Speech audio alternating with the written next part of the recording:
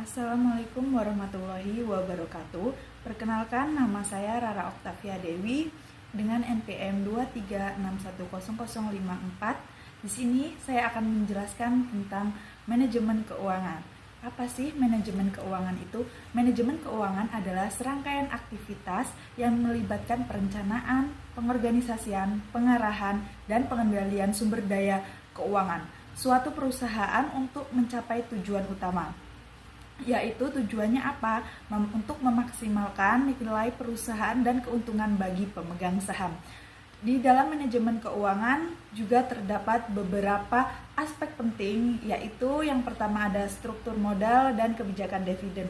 Di sini saya akan menjelaskan apa itu struktur modal dan kebijakan dividen. Baik, yang pertama saya akan menjelaskan tentang struktur modal. Apa sih struktur modal? Struktur modal adalah perpaduan atau perbandingan antara sumber dana perusahaan seperti utang jangka panjang, modal sendiri, saham, dan laba ditahan. Struktur modal mencerminkan bagaimana perusahaan membiayai aktivitasnya dan mempengaruhi resiko serta nilai perusahaan.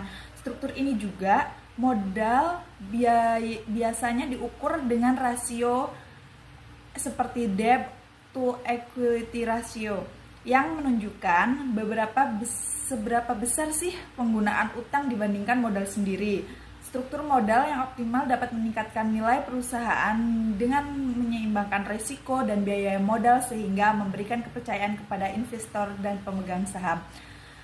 Di sini ada yang tahu nggak apa sih debt to equity ratio? Oke, di sini saya akan menjelaskan apa sih debt to equity ratio atau yang sering kita sebut dengan DER, merupakan salah satu rasio yang digunakan untuk menggambarkan struktur modal perusahaan. Menurut Alwi, analisis struktur modal sangat penting bagi perusahaan karena keputusan tentang debt to equity ratio tertentu akan mempengaruhi keadaan perusahaan dalam persaingan yang sangat ketat seperti sekarang ini. Juga mengindikasikan penyediaan dana oleh pemegang saham terhadap pemberi pinjaman. Semakin tinggi rasio DER, maka semakin rendah pendanaan perusahaan yang disediakan oleh pemegang saham.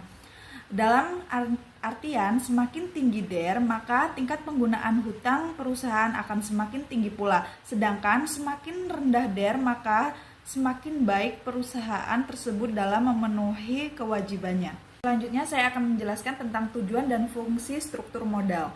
Struktur modal bertujuan untuk memadukan sumber-sumber dana permanen yang digunakan untuk kegiatan operasional yang akan memaksimalkan nilai